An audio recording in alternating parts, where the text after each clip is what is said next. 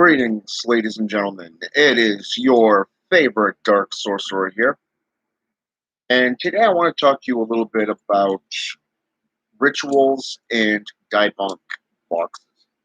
Now, Dybbuk boxes are derived from the Middle East. I'm talking Jewish and Hebrew customs, hermeneutics, and stuff like that. That comes from the Middle Eastern. These are old school ritualized boxes that literally are used to house spirits, souls, and accursed items, and a whole bunch of other topics that go into hexcraft, curses, jinxes, you name it. It is there. So I wanted to bring this to you real fast and kind of just tell you what I've been up to lately. As you all know, I've been doing a lot of rituals in dealing with scrying mirrors. But you also know that I have an enemy out there that's been going out and slandering. So, what I wanted to do today is kind of just take a moment and kind of just tell you the things that you can do with this type of box. You could put seals on it. You can use candle wax, ash, sulfur. Say, for an example, let's go with black sand. A whole bunch of different things that you can apply just upon this box alone. Okay? Go talk to Mama. Daddy's busy.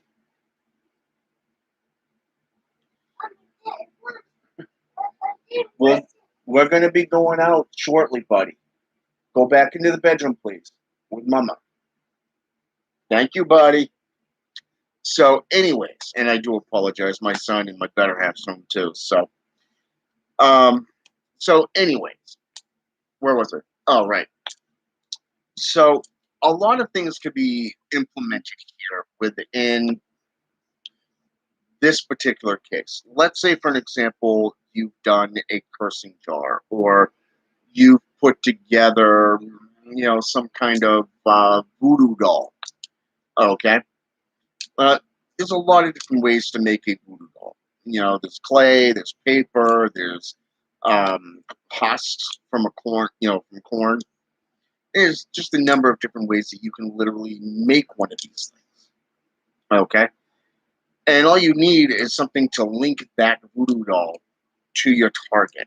So, in this case, what I would recommend doing is, if you have some form of runes or seals that you utilize, I would recommend placing your blood onto it, at least 13 drops on each of the seals that you place upon it.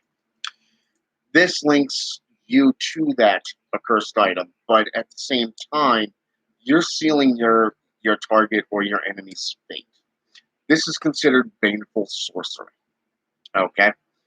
Now, as you do this, okay, I want you to consider the items that you're using. Be it a photo, okay, be it a gris bag, a mojo bag, or, some form of item that you use to house that curse. Okay, like I said, the effigies are endless. There's a lot of different things you can use just for that, and I've already named off a couple. So, once you've created that link, once you've created the curse itself, and you've got it all prepared, how do you go about placing it and sealing it in a Dybbuk box? Well, first of all, it comes down to your intent and what you've got planned for your enemy. Okay? Let's say, for an example, you've got some malicious curses that you're planning on unleashing after it's buried. Okay?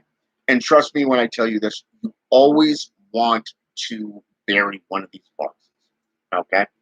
You don't want to keep it around. It's not like, a cursing jar or a healing jar or whatever. No.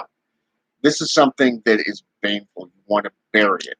And I haven't really had much use for one of these things in a long time. Basically, it's been, well, let's just say it's been about 12 years since the last time I've had to use a Dybbuk box.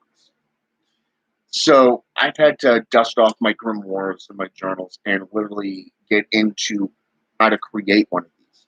These are magically sealed boxes that house demons, volatile and hostile spirits.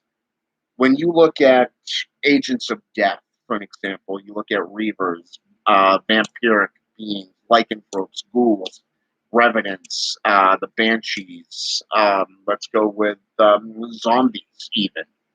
Okay, these are just to name a few spirits that you can utilize and call for to torment your enemy or to do your will. Okay, so once you've realized who you want to call, you want to put the items in there. I would recommend graveyard dirt. I would recommend bones, chicken feet, some form of black crystal, like obsidian, perhaps even black jade or whatever you want to call it. You know, something that is going to be associated with death. Okay.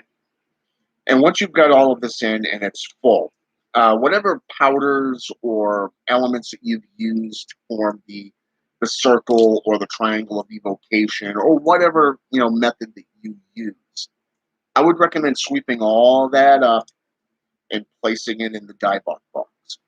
Okay, and once you've done that, you want to close it and lock it up. Okay, keep in mind that you've already got your seals drawn on it.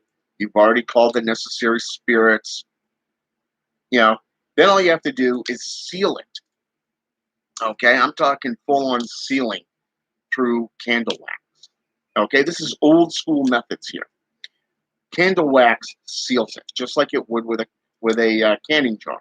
Okay, if you're doing a destruction rite and you're using a canning jar, you want to make sure that that cover does not come off. So you're going to be putting at least an inch worth of candle wax over just around that cover, okay, which literally seals it closed.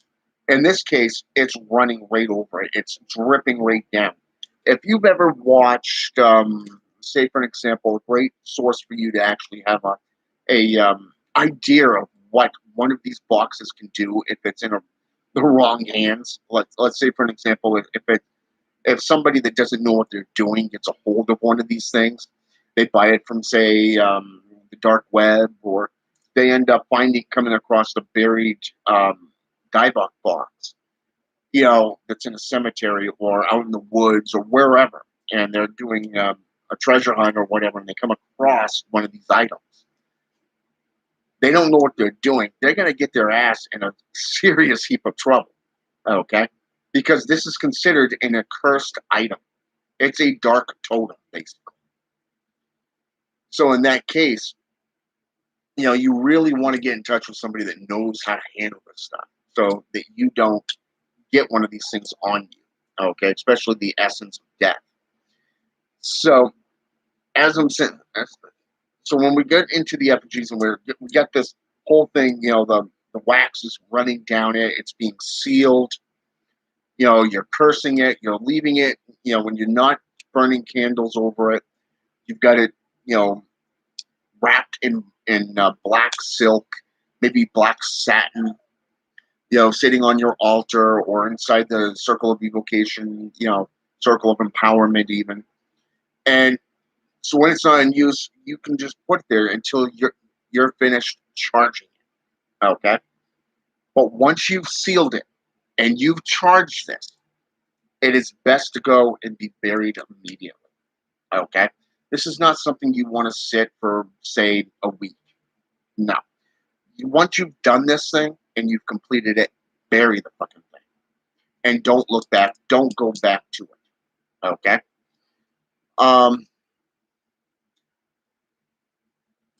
Keshan 86. What's going on? And Afro Root Witch is on here with me. So, well, let's see. Why would someone want a Dybbuk box? I see people buying them and opening them. Okay. First of all, let let me just talk about a couple of things here. If you've ever gotten underneath YouTube, one of the greatest sources, like I said, is Mad. Was it Mad TV? No, Mad Seed or Seed something. It's one of that. It's a guy that lives down in Florida. Okay, he actually goes out and he opens up. He gets all this stuff. Things get sent to him, and he does the unveiling online. Okay, and he does this over like a week, a few days to a week time, and it's very interesting to see the effects of what he went through. Okay, now to answer Afro Root Wedge here, this question, there's a lot of things that you can do with them. First of all, you can house spirits in them. They could be considered spirit boxes. Okay, a spirit box is where you house a spirit. You can entrap a spirit, a painful spirit, in one of these things and bury it. In old Jewish mythology, especially those of alchemists and the old mage and sages of old, they literally would use red gems. I'm talking rubies, big ones, that they would house a jinn in, and they'd ensnare it, they would trap it, and then they would bury the fucking thing. Okay, so you really want to be careful what you're using and know what you're using before you do anything. Now, you can use one of these gems for almost like we've all heard the term jinn, genie, and all this stuff. Genie in a lamp, no. You're not going to rub that thing and go, oh, I have 3 magical wishes. No.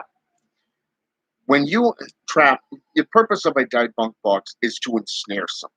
It is to keep something in it. Okay? Either for personal use or for more power. Either way you look at it, it comes down to your rites and your rituals and what your intent is behind it. Like I said, I've only used a Dybbuk box maybe 3 times in 30 years. Okay? This is my third time, my second or third time, I should say, using a Dybbuk box. Okay? And creating it. Now, one of the things that I would recommend to you is look at what you're trying to do. Okay? If you are trying to bring forth a demon, a jinn, an orisha, Loa, whatever, you got to look at your purpose and your intent behind it. Okay? Is it for, say, for example, love magic? Is it for, lust or compassion rituals? Is it for destruction rituals? See, for me personally, I only use them for extreme measures. Okay? I only use Dybbuk boxes to eliminate the worst of my enemies. Okay? Those ones where I am done fucking around. I am done putting up with their bullshit. It's time to rid myself of them. Okay? And that's the only reason I would use a Dybbuk box. But as Afro Witch has asked, what are some of the methods? Why would people buy them? A person in their right mind would not buy them. Okay?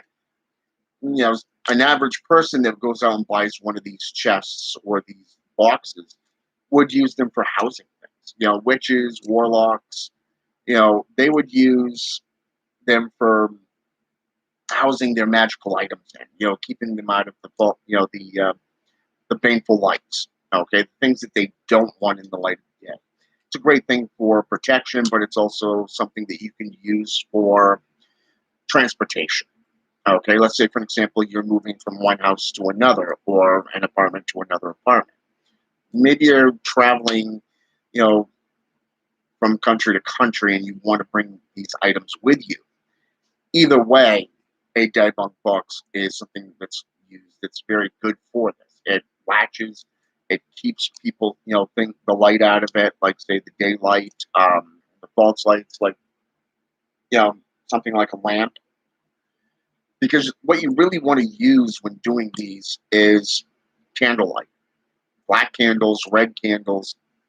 You want to use these things to the fullest. Okay.